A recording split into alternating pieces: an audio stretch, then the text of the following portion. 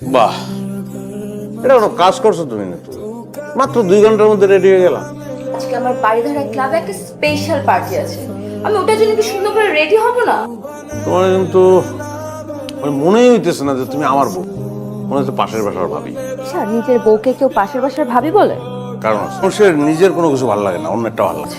আশা করো, বসো। আমি কোনো নাস্তা করতে পারবো না। হ্যালো, হ্যাঁ কোথায় তুমি? আচ্ছা শোনো না, আমি একটু মেঘনা শপিং করতে এসেছি। আমার ক্রেডিট কার্ড না আমি আনতে ভুলে গেছি। তুমি আমাকে কিছু টাকা পাঠাতে পারবে? আচ্ছা তাহলে কত? 1 লাখ পাঠাই? আচ্ছা পাঠায় দাও, 1 লাখ হয়ে যাবে। Okay bye.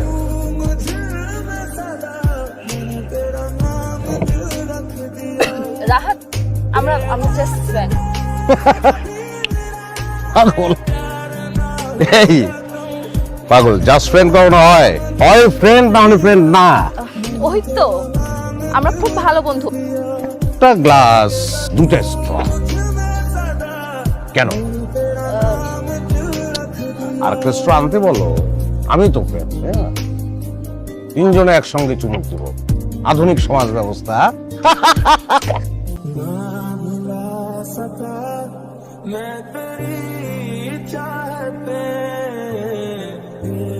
এই, তুমি আমার পেছনে স্পাই লাগিয়েছো?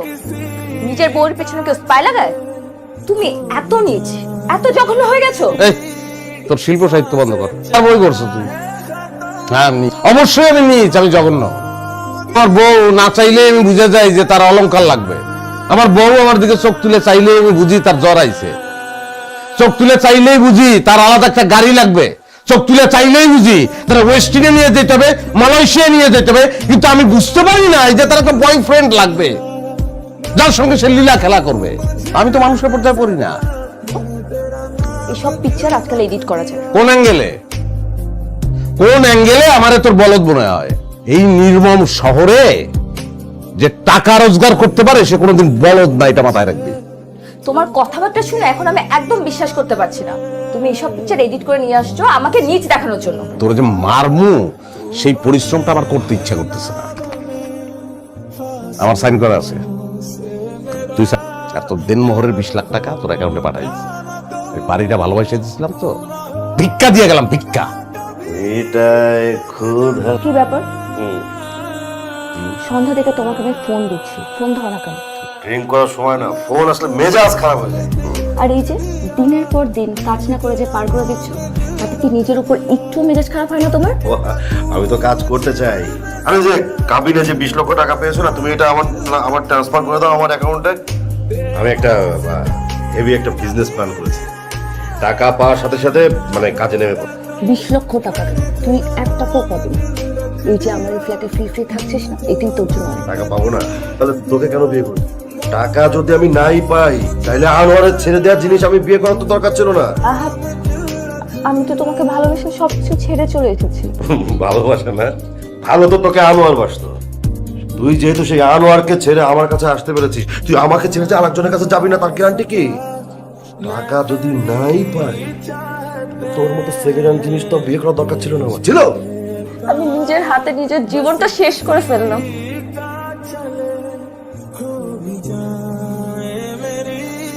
খুব ইমিডিয়েট আপনাদেরকে ডোনার ম্যানেজ করতে হবে, তাহলে পেশেন্টকে বাঁচানো যাবে। জান, টাকাগুলো দাও না। আচ্ছা এই যে তুমি কিন্তু শপিং করে ঠিকই টাকা খরচ করছো। আমার টাকা দিয়ে আমি শপিং করি। তোমার যদি আমার লাইফস্টাইল দেখে এতই লোভ লাগে তাহলে তুমি নিজে কেন কিছু করো না? করেছি তো। কি করেছো? তোমাকে বিয়ে করেছি।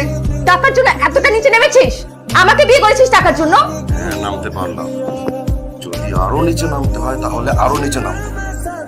তুই টাকার জন্য আনোয়ারকে ধরেছিলি, আমি ধরেছি তোকে। তুই ছোট লোক, তুই বাস্টার্ড। কি বললি তুই? আরেকবার বল। যা বলেছি বাস্টার্ড। একেবারে লাস্ট বেলাতে ডোনার পাওয়া গেছে। আমার মেয়েটার আত্মার শান্তি পাবে না। আপনি আপনি একটু করেন না ভাই। আমরা তো এখানে জব করি, আমাদের তো হাত পা বাঁধা, বুঝতে পারছেন না? আমরা তো এখানে চাকরি করি, আমাদের নিজেদের হাতে কিছু নাই। কাজ দিতে পারবে একটা আনোয়ার কই পাইবে? ঢাকা শহরে টাকা ওরে, ভালোবাসাও ওরে। অনেক কষ্ট করে অনেক পরিশ্রম করে টাকাটা ধরতে পারছিলাম, ভালোবাসা ধরতে পারিনি। এখন ভালোবাসাটাও ধরছি।